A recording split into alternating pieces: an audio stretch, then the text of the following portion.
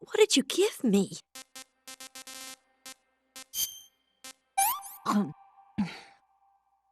I'm gonna puke.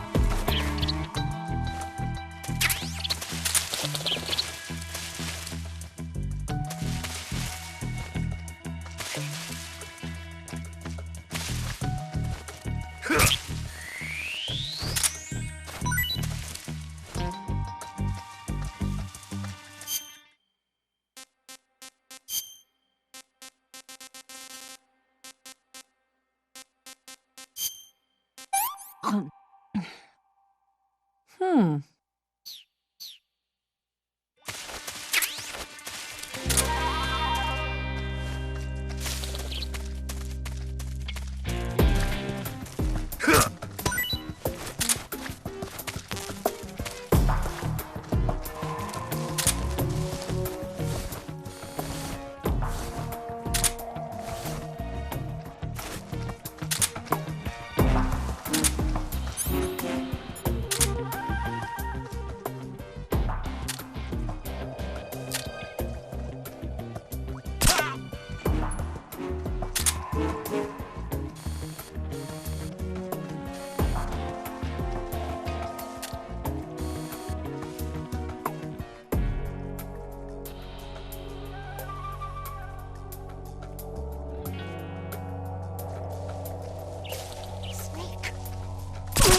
What's wrong?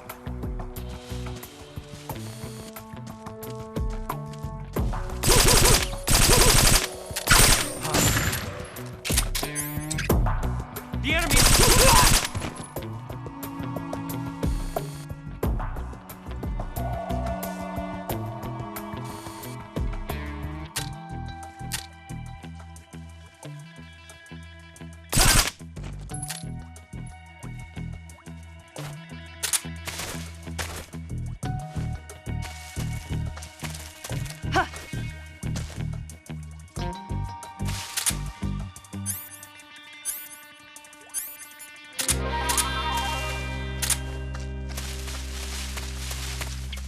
I see him.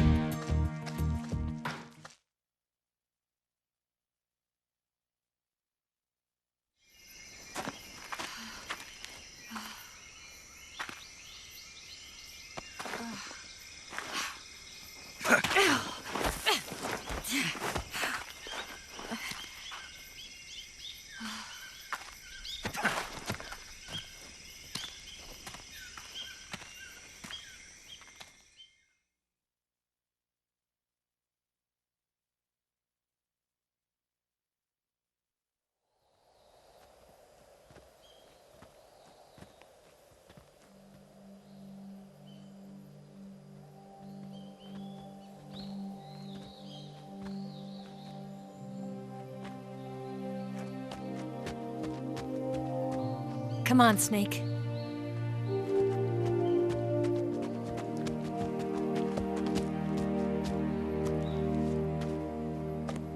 We made it. We made it. Over there.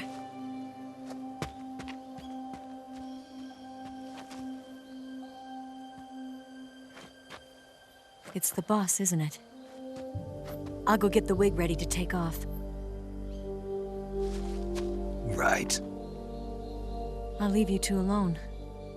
But come back in one piece, okay?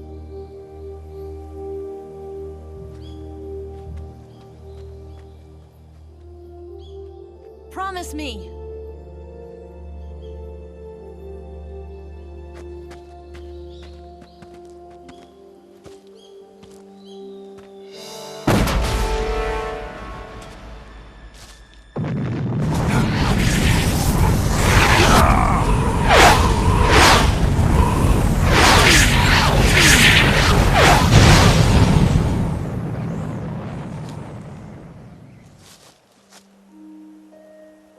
Life's end.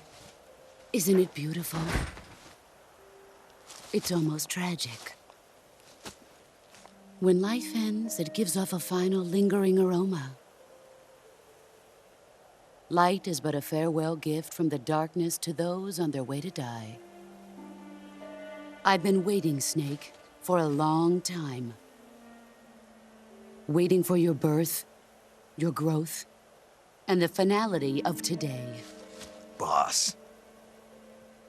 Why are you doing this? Why? To make the world one again. The world used to be whole. But with the end of the Second World War, the philosophers began to fight amongst themselves, and the world was torn apart. The Cobras, my comrades who trained and fought alongside me, were torn apart as well. The foibles of politics and the march of time can turn friends into enemies just as easily as the wind changes. Ridiculous, isn't it? Yesterday's ally becomes today's opposition. And this Cold War? Think back. When I was leading the Cobras, America and Russia were fighting together. Now, consider whether America and Russia will still be enemies in the 21st century. Somehow I doubt it. Enemies change along with the times, the flow of the ages, and we soldiers are forced to play along. I didn't raise you and shape you into the man you are today just so we could face each other in battle. A soldier's skills aren't meant to be used to hurt friends. So then what is an enemy? Is there such a thing as an absolute timeless enemy? There is no such thing, and never has been. And the reason is that our enemies are human beings like us. They can only be our enemies in relative terms. The world must be made whole again. The philosophers must be reunited. I will devote my skills to that purpose. And with the Colonel's money, I will achieve that end. Just as I once created the Cobras. They are my family. I may no longer be able to bear children, but I still have a family.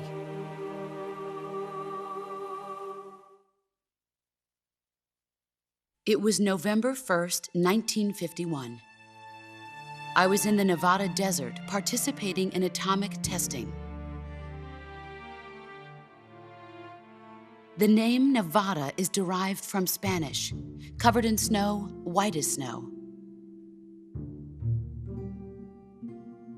And snow is exactly what I saw in that Nevada desert. It froze my blood white. Snake, you were an atomic test subject, weren't you? On Bikini Atoll. That's part of the reason I was drawn to you. You and I are alike. We're both slowly being eaten away by the karma of others. we'll never have the chance to die peacefully of old age. We have no tomorrow. But we can still have hope for the future. In 1960, I saw a vision of the ideal future from space. 3 years earlier, the Soviet Union had succeeded in launching Sputnik, the first man-made satellite in history, into orbit. This came as a huge shock to the United States. In response, America threw everything it had into its own manned spaceflight project, the Mercury program. Even as the Soviets seemed poised to send their first man into space, America was still experimenting with chimpanzees and rockets. The government wanted human data, so they secretly decided to send a human being into space. I was the one they chose. At the time, they didn't have the technology to block out cosmic rays, and whoever they sent up would inevitably be exposed to heavy radiation. That's why they chose me. After all, I'd already been irradiated once. Of course, you won't find any of this in the history books. I could see the planet as it appeared from space. That's when it finally hit me. Space exploration is nothing but another game in the power struggle between the US and the USSR. Politics, economics, the arms race, they're all just arenas for meaningless competition. I'm sure you can see that, but the Earth itself has no boundaries. No East, no West, no Cold War. And the irony of it is, the United States and the Soviet Union are spending billions on their space programs and the missile race, only to arrive at the same conclusion. In the 21st century, everyone will be able to see that we are all just inhabitants of a little celestial body called Earth. A world without communism or capitalism, that is the world I wanted to see. But reality continued to betray me. In 1961, I was sent to Cuba, to Bahia de Cochinos. It was part of a CIA-sponsored invasion under the guise of taking Cuban exiles back to their country. But the US government betrayed them. Our weak-kneed president held back their air support. Defenseless, the exiles were annihilated by the Cuban army. All I could do was watch in silence. I was set up by the very country I'd sacrificed so much for, by the very government I dedicated my life to defending. I was driven from the surface world, and I went underground. Then, 2 years ago, I faced the sorrow, my old comrade in battle. He was my friend. But one of us had to die. I was left with no choice. The sorrow gave his life for me. There is no enmity between us. One must live, and one must die. That was the mission. The ones who gave me that mission were the philosophers. Early in the 20th century, the true holders of power in the United States, the Republic of China, and the newly formed Soviet Union gathered together in a secret meeting that would later be known as the Wise Men's Committee. The secret pact they formed there marked the beginning of the philosophers. But the last of the original members died in the 1930s. After that, the organization began to run out of control, and the Wise Men's Committee degenerated into a mere shell of its former self. The philosophers of today have no sense of good or evil. Their influence extends to countries and organizations involved in every aspect of every war.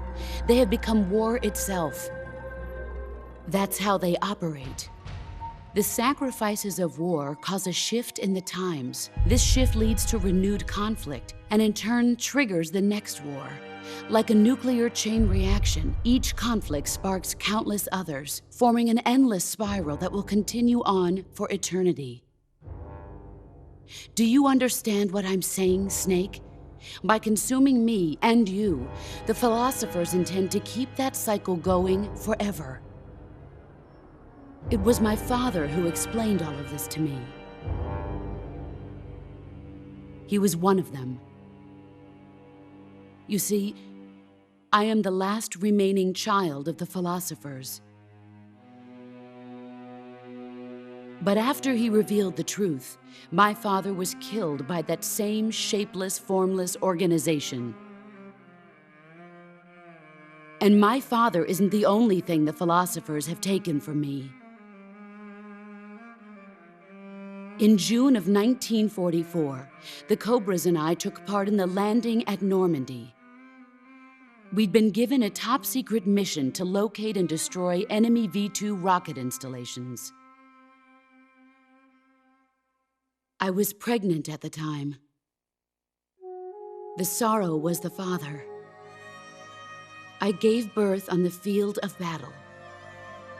A beautiful baby boy. But my child was snatched away from me by the philosophers.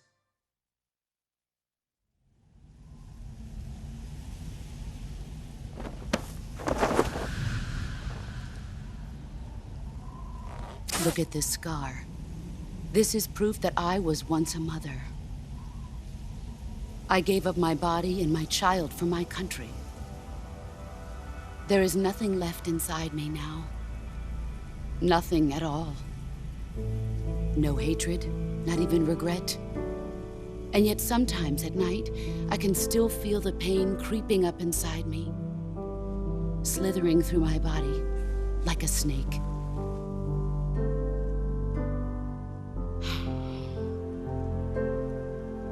I've never talked this much about myself before. Thanks. Thanks for listening to me.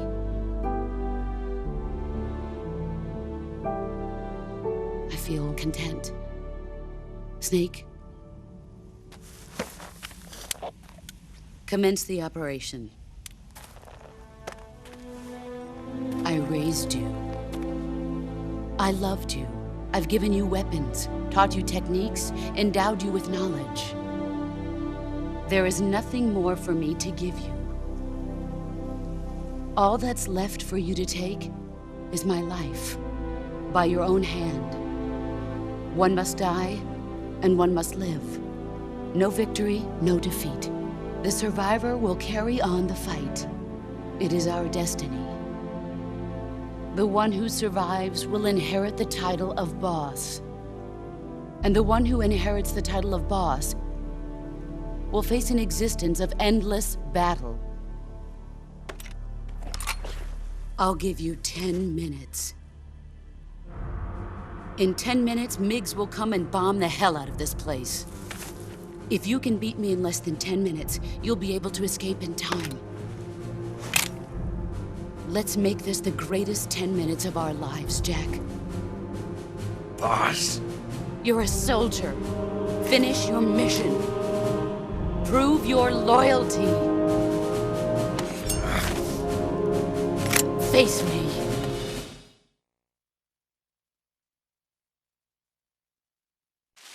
Let's...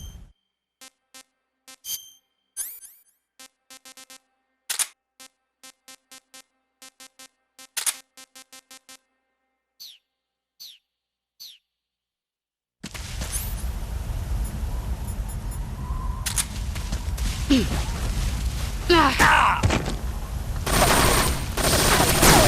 can't hit me.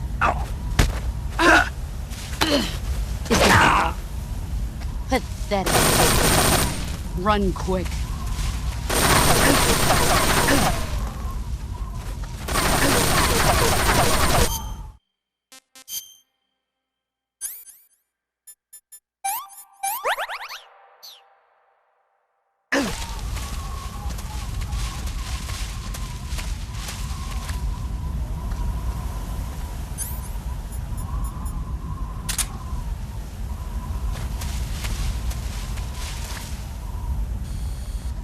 He's gone.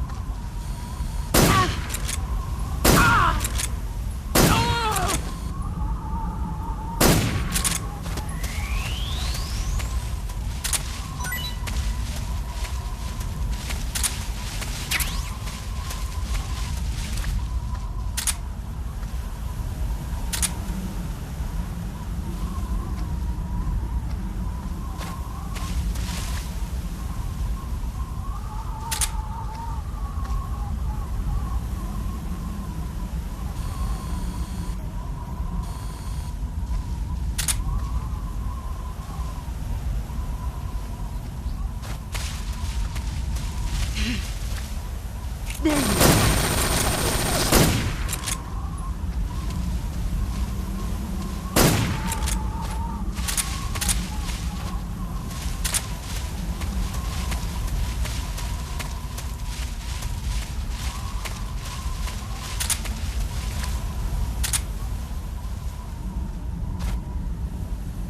Where did you go?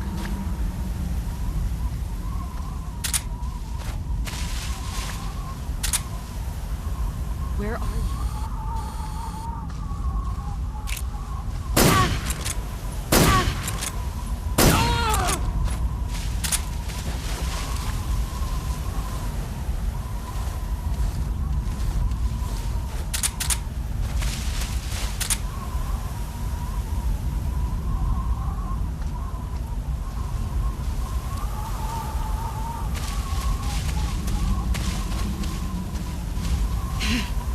Found you.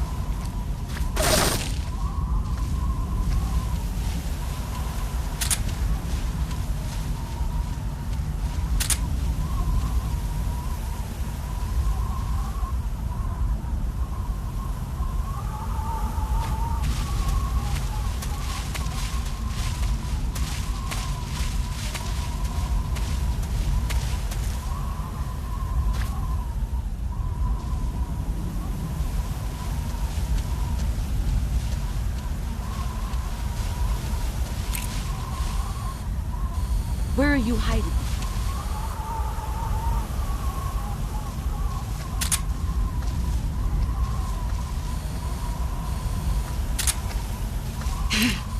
There it is!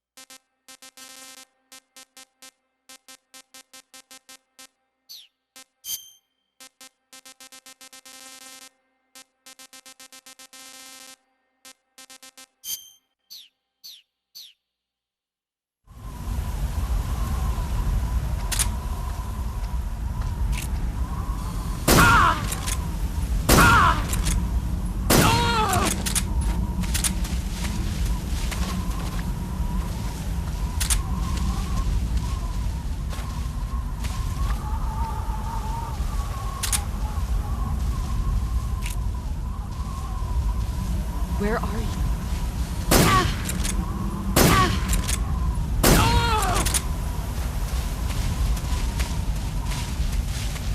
You've gotten stronger.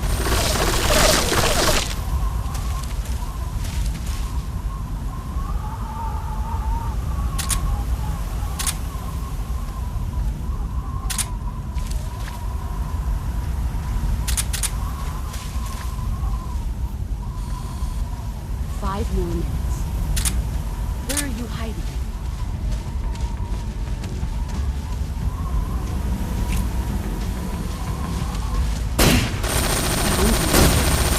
There he is!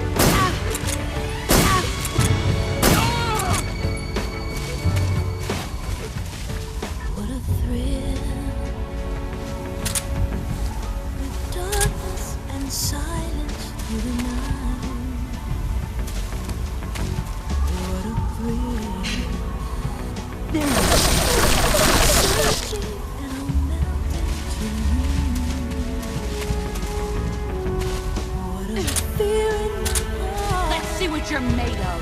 But you're so supreme. I give my life, not for honor, but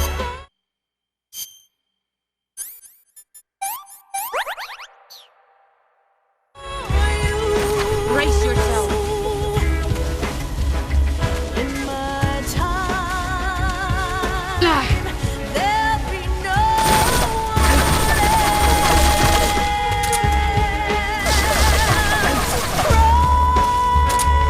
it's the way I fly to you.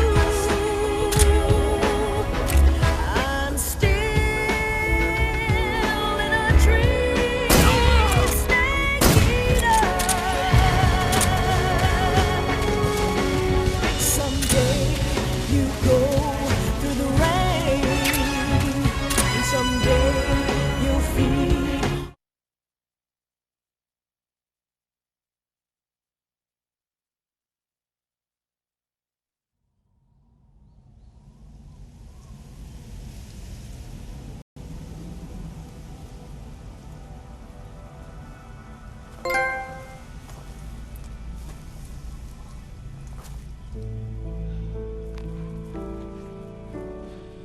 Take this. Keep it safe.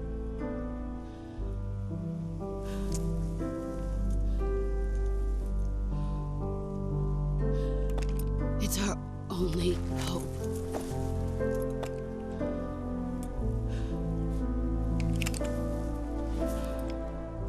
A patriot? Why are you giving me this? Jack. Or should I say, Snake. You're a wonderful man. Kill me. Kill me now. Do it.